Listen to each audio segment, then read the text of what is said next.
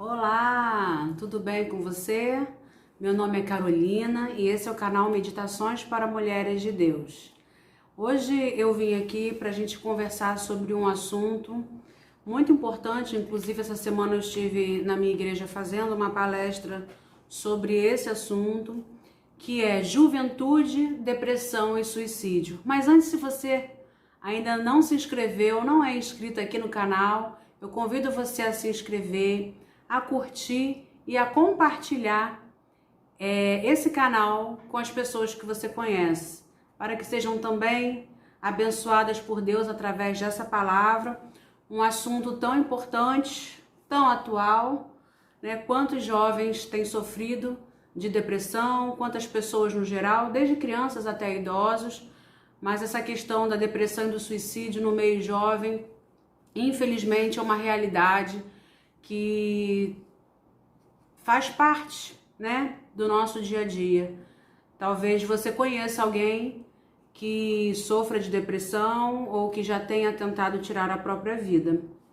Bem, eu queria, como o foco é jovens, eu queria ler para você o texto que se encontra lá em Provérbios, capítulo 20, versículo 29, que diz assim: a beleza dos jovens está na sua força, e o enfeite dos velhos são os seus cabelos brancos. A gente costuma muito falar que o cabelo branco do idoso representa a sabedoria. Muitas vezes damos o foco para o idoso, mas a beleza dos jovens está na sua força, não apenas na força física, porque é claro que a gente sabe que um jovem tem uma força física muito superior ao idoso, assim como as pessoas do sexo masculino são mais fortes fisicamente do que as mulheres por causa do hormônio sexual, que é a testosterona. Mas eu queria dizer para você, em especial jovem, você tem uma força, e uma força que vem de dentro, e uma força que vem de dentro e vem do alto. Deus é quem dá essa força, Deus é a sua força. Você é forte, a sua beleza está na sua força interior. A juventude e a adolescência são fases da vida que muitas vezes são conturbadas, né? Essa palavra adolescente vem do verbo latim adolescere, que quer dizer crescer ou desenvolver-se até a maturidade. É um período de transição, né? A gente fala, não é criança, mas também não é adulto. Então é o quê? É adolescente, né? Muitas vezes os pais falam para o filho, você não é mais criança para fazer isso. Outras vezes, não, você não é adulto para fazer isso também. Então gera-se toda uma confusão. É um período, a adolescência em si, é um período que vai dos 12 aos 18 anos, mais ou menos, 20 anos. Ela é marcada por mudanças muito claras no corpo, né? O estirão púbere, o crescimento muito rápido, o aparecimento dos pelos, as espinhas, a menarca, que é a primeira menstruação, a poluição noturna, mudança de voz nos meninos, mas muito mais do que mudanças físicas, fisiológicas, são as mudanças emocionais. Por exemplo, nós vemos pessoas com 30 anos que têm um perfil adolescente, totalmente adolescente, um comportamento totalmente adolescente. Não estuda, não trabalha, mora ainda na casa dos pais, não tem interesse nenhum em sair da casa dos pais, ele fica jogando videogame o dia e a noite inteira. Então, muito mais do que essa fase de mudanças físicas e hormonais, a adolescência e podemos dizer também que a juventude é um fenômeno psíquico, ok? Mas 4 grandes mudanças se fazem presentes nessa fase da adolescência. Eu estou falando sobre a adolescência porque a gente está focando a depressão e a questão do suicídio nessa fase de adolescência e juventude. Primeiro é a elevação do nível emocional, que depende das mudanças físicas e psicológicas que ocorrem nas experiências do adolescente. Ele pode ficar muito sensível, muito irritado, agressivo. Há uma oscilação de humor, muito depressivo também. O amadurecimento sexual, né, que já traz inseguranças em relação a si mesmo e aos seus interesses, como eu falei, ocorre tudo muito rápido. ele já pode reproduzir, ele tem necessidades sexuais, ele tem vontade de ter relações sexuais e os hormônios estão a mil. As mudanças sociais, o adolescente não sabe como se comportar no meio das pessoas, na sociedade, num grupo, não sabe o que as pessoas esperam dele, falar com determinada classe da sociedade, situações, eu costumo dar um exemplo de que eu, quando estava entrando na adolescência, não conseguia. Chegava a visita lá na minha casa, eu não conseguia dar bom dia, ou boa tarde, ou boa noite, e a mãe fica, né? Eu creio que vocês passaram por isso, vocês são mães e pais, também passam por isso, né? Dar boa noite para visita. E a gente, boa noite. Não era falta de educação, era uma inibição social mesmo, que era característica dessa fase da adolescência. E a quarta grande mudança é a mudança de valores. O que para ele antes era importante, durante a infância, agora já não é, né? A vida espiritual é outra coisa que tende a mudar, e a igreja, às vezes na infância era um prazer, na adolescência já não é mais um prazer, né? Então, quantas coisas, quantas mudanças, e tudo isso vai afetando a saúde psíquica do indivíduo. Tudo isso afeta a saúde do jovem e do adolescente. Por isso é tão importante o acompanhamento de pertinho do pai e da mãe, dando apoio e conseguindo perceber essas mudanças para poder ajudar da maneira correta o seu filho. Mas a adolescência e a juventude também é uma fase de grandes sonhos e aspirações. As grandes decisões da vida são tomadas nessa fase. A escolha da profissão, a escolha da pessoa com quem vai se casar, normalmente acontece nessa fase, né? Mas a nossa cultura vê o adolescente, vê o jovem muitas vezes como desengonçado, irresponsável, antissocial. E cuidado com o que você diz para o seu adolescente ou para o seu jovem. E jovem, se você escuta isso, não receba isso. Não receba essas palavras, né? Muitas vezes os pais falam, você é um irresponsável, você é um imprestável. E realmente aquele jovem, aquele adolescente começa a incorporar isso e a se comportar como um irresponsável, um imprestável, né? Mas lá no texto, no Evangelho de João 16:33, Jesus fala assim pra gente, eu tenho dito isso para que em mim tenham paz. No mundo tereis aflições, mas tenha ânimo, eu venci o mundo. Jesus veio nessa terra e sentiu tudo aquilo que a gente sente. Mas a palavra dele, para você jovem, para você adolescente, para você adulto, de qualquer idade, vocês vão ter sim aflições, vocês vão passar por adversidades, vocês vão passar por problemas, vocês vão passar por momentos de depressão, de ansiedade, seja qual transtorno mental ou qual doença física, pressão alta, diabetes, câncer. Mas eu venci o mundo, tenha bom ânimo, seja positivo, tenha fé. E nós precisamos avançar, viver olhando para Jesus, não apenas para as pessoas e para o caos ao meu redor. Você liga a televisão, é tanta desgraça, o adolescente, o jovem pensa, para que eu vou viver nesse mundo, nessa vida? Mas eu quero dizer para você, jovem, quero dizer para você, adolescente, adulto, que Deus está com você, que Deus é com você. Na palavra de Deus, lá em 1 Coríntios 3,16, diz assim, vocês sabem que são o templo de Deus e que o Espírito de Deus vive em você. Eu quero dizer para você que se você já recebeu o Senhor Jesus como seu único e suficiente Salvador, somente aquele que pode levar você até Deus, aquele que você pode alcançar a vida eterna, porque essa matéria aqui vai acabar um dia, a gente não sabe quando, mas quando você morrer aqui, sua carne morrer aqui, o seu espírito vai viver, continuar vivendo aonde? No céu ou no inferno? Na perdição ou na maravilhosa presença de Deus? Se você já tem a Jesus, você é templo, seu corpo é morada de Deus. Nós somos também mordomos de Deus. Esse corpo não me pertence, esse corpo pertence a Deus. E como mordomo eu devo zelar. Quantos jovens e adolescentes estão se automutilando, usando estilete, usando agulhas, canivete, biquinho do ponteirinha, biquinho do compasso para se mutilar? Que coisa terrível! lembre-se que você é o templo do Espírito Santo de Deus. Isso entristece a Deus, isso fere a Deus, mas fere também a você, fere também a sua família. Eu sou, para quem não me conhece, eu sou psicóloga clínica há 20 anos, eu sou sexóloga, terapeuta sexual de casal, terapeuta de casal.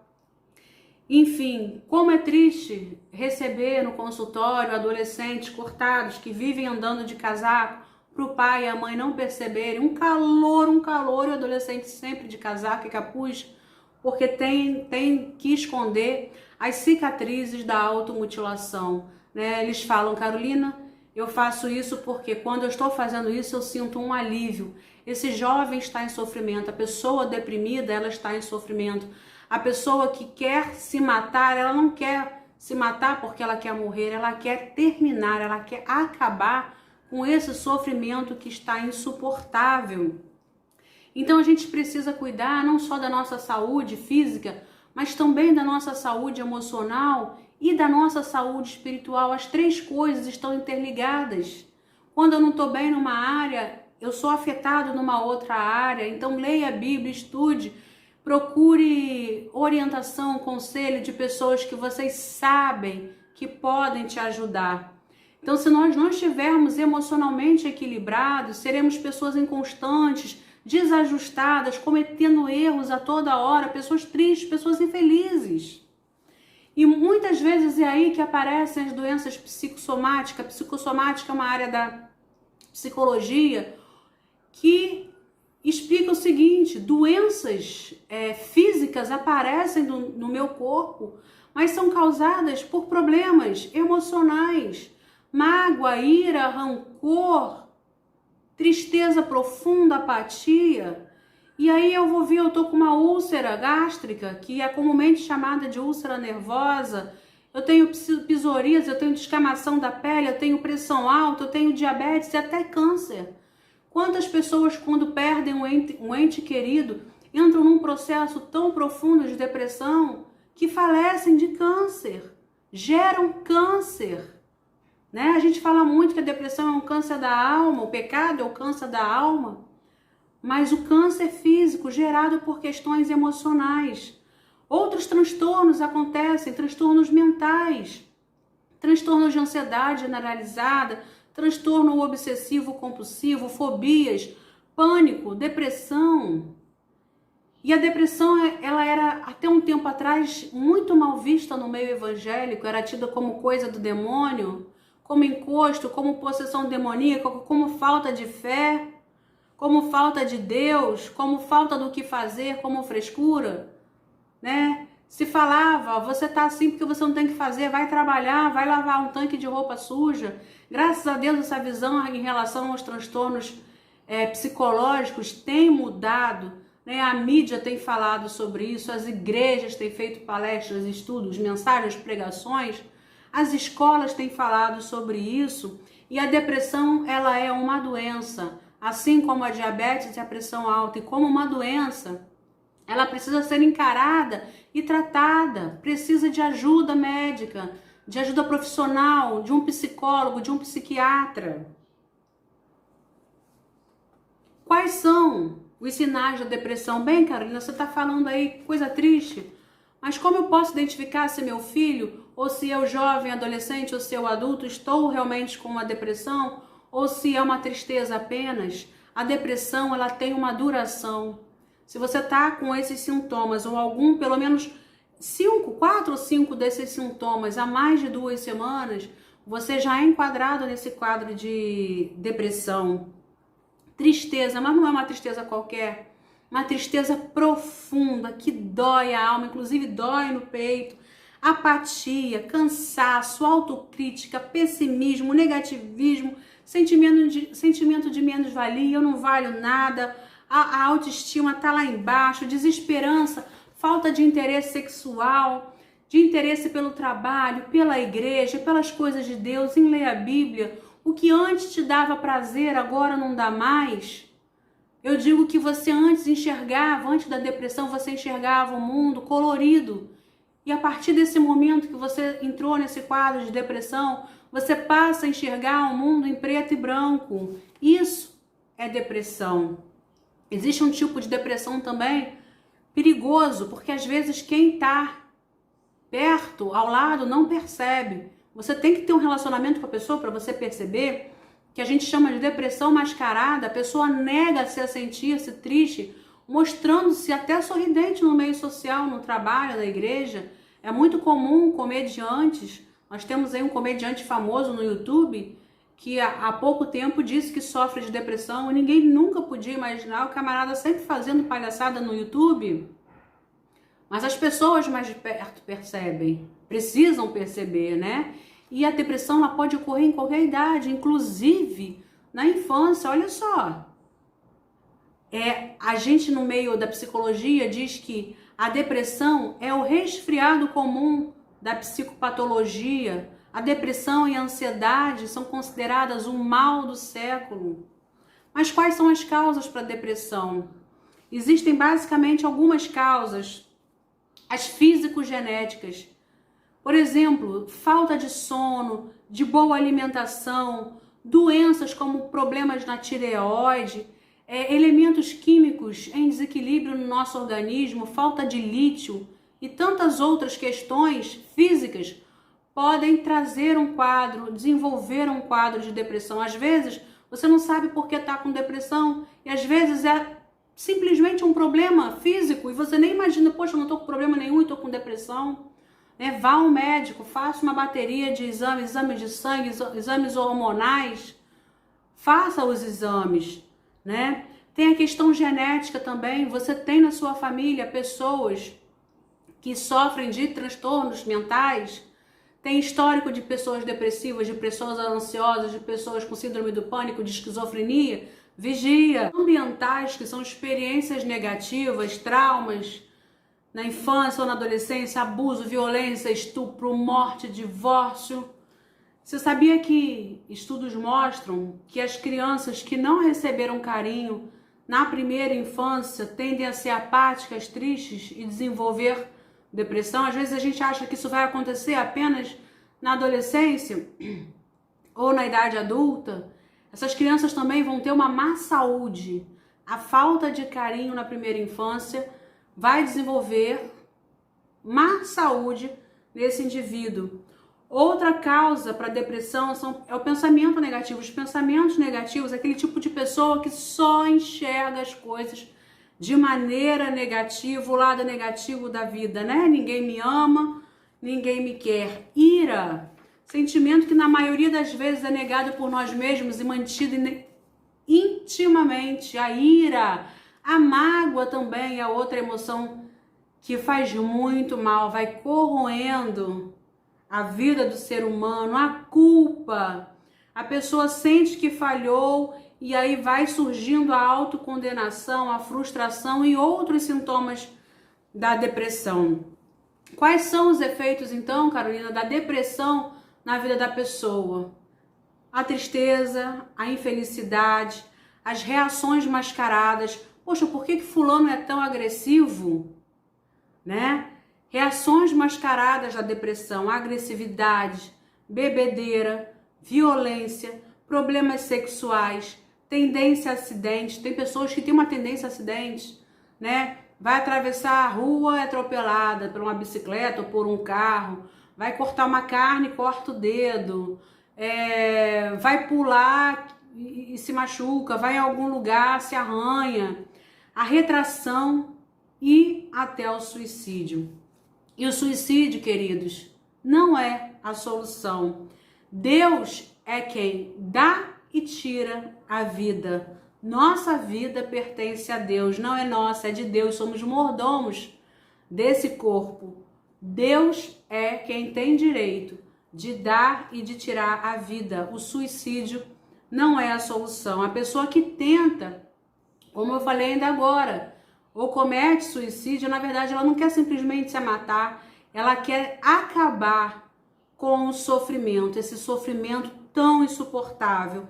E infelizmente o índice de suicídio no Brasil é alto. Ora, um país tropical, um país quente, né? Às vezes se fala de taxas de suicídio em países frios, gelados.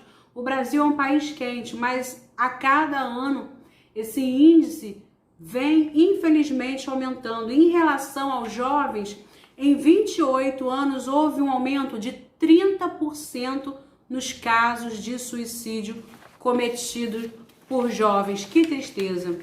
Eu tenho um dado de 2013 que fala sobre o número de pessoas que tiraram a própria vida aqui no nosso país, no Brasil. Foram 11.821 pessoas que cometeram suicídio. Agora você acha que foram mais homens ou mais mulheres? Na palestra que eu fiz, nessa palestra, na igreja, a maioria das pessoas acharam que as mulheres são mais emocionais, né? Mas não. De 11.000 pessoas, 9.000 pessoas eram homens contra 2.000 mulheres. 9.198 homens cometeram suicídio no Brasil nesse ano e 2.623 mulheres. Triste estatística, triste realidade. Mas em 1 Coríntios 3,17, a palavra do Senhor nos diz assim: se alguém destruir o templo de Deus, Deus destruirá essa pessoa, pois o templo de Deus é santo e vocês são o templo. Não percam essa palavra, de que Deus faz morada e que só Ele tem o direito de dar e de tirar a vida. Destruir, profanar, maltratar quem nos criou, Deus. Nosso corpo é a morada dele. A Bíblia não nos esconde certas coisas, certos dados, certos acontecimentos. Vários servos do Senhor, assim como eu e assim como você, crianças, adolescente, jovem, adulto ou idoso que está me vendo aí, passaram também por momentos de depressão, de tristeza profunda, de apatia, né? Tem aquele personagem clássico quando fala de depressão, em que tudo dele foi tirado. Jó, servo do Senhor, perdeu tudo, questionou-se, entristeceu-se, adoeceu, sofreu. Jeremias, tem um livro inteirinho na Bíblia, escrito por ele, Lamentações de Jeremias, um profeta que não era tido como profeta de Deus, as pessoas não queriam ouvir as profecias, o que Deus tinha para falar para o povo, ele se recusava. Sei lá, vem você, Jeremias, falando coisa ruim para o povo de novo, falando coisa ruim para a gente. Elias, fugindo da mulher lá, fugiu para o deserto, foi se esconder na caverna, onde ele se deixou se abater pelo desespero. Jesus passou por um momento terrível, momentos antes da crucificação, ali no jardim do Getsêmani. Na Bíblia, uma versão americana de Bíblia, chamada Amplified Bible, diz assim o texto sagrado: Jesus começou a mostrar grande aflição e tristeza íntima. Ele estava profundamente deprimido. A seguir disse aos discípulos: minha alma está cheia de pavor e tristeza a ponto de morrer. Quando eu digo para vocês que Jesus veio nessa terra e sentiu as coisas que a gente sente, é porque é verdade. Ele sentiu alegria, mas ele sentiu tristeza, pouca tristeza, muita tristeza e tristeza profunda a ponto de morrer. Mas como, para a gente caminhar para o final, como evitar a depressão? Você que é servo do Senhor, em primeiro lugar, Deus. Confiar em Deus, lançar a sua ansiedade, as suas tristezas, a sua história, os seus traumas, a violência sofrida, tudo nas mãos de Deus. Confiar em Deus, ter fé na pessoa de Jesus Cristo, aprender a lidar com as emoções negativas. A gente precisa aprender, porque nós sempre vamos ter problemas, nós sempre vamos ter dificuldades e precisamos aprender a lidar com essas questões, com a ira, com a culpa, aprender a enfrentar os problemas. Precisamos fazer atividades físicas, não é conversa de médico, de psicólogo. A atividade física libera hormônios do bem-estar e do prazer. Ter um tempo de qualidade com Deus, um tempo de lazer, um tempo para se cuidar, para fazer algo para si mesmo. Boas companhias, amizades saudáveis, jovem, adolescente. Tenha amizades saudáveis. Se você sabe que aquela pessoa está te levando para o mau caminho, faz coisas erradas, não gruda nela não. Gruda naquela pessoa que é chegada, apegada a Deus, que tem algo de positivo, tem a fé para ser compartilhada.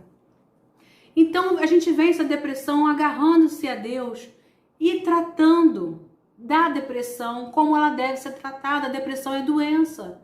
Eu preciso procurar ajuda profissional, dependendo do nível em que você esteja, está no começo, procura um psicólogo, uma psicóloga cristã, você é evangélico, procure, você é homem, procure um psicólogo homem evangélico, você é mulher, procure uma psicóloga mulher evangélica. Muitas vezes, na maioria das vezes, a psicoterapia, ela tem um efeito maravilhoso, você não precisa nem entrar com a questão medicamentosa, mas se houver necessidade, o psicólogo vai encaminhar você para o psiquiatra. Você fala assim, Carolina, não, eu já estou no nível profundo, eu estou pensando em tirar a vida. Corra, vá para um psiquiatra para ele entrar com essa parte medicamentosa, porque a química do seu corpo, né, essa parte neuroquímica está afetada e você vai precisar tomar um remedinho. Procure orientação pastoral, aconselhamento com uma pessoa que você sabe que é correta, que é íntegra, que é sábia. Deus, ele compreende totalmente, perfeitamente as nossas emoções. E a palavra dele diz também que nós somos mais do que vencedores por meio dele, de quem nos amou, Jesus Cristo. Nós somos vitoriosos.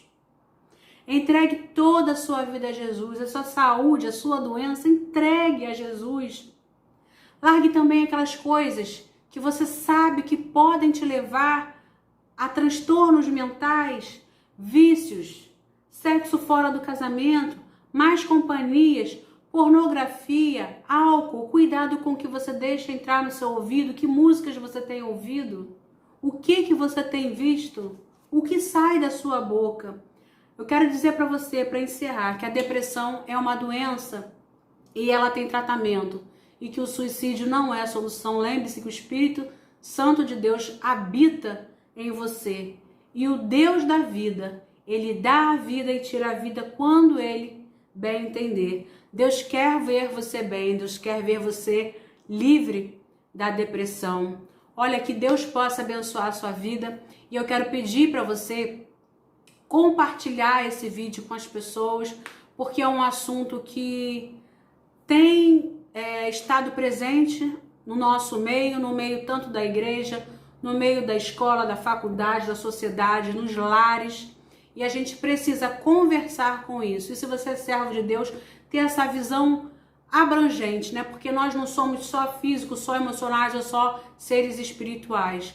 Nós somos um todo integrado. Que Deus possa abençoar a sua vida grande e poderosamente. Fica na paz do Senhor. Amém?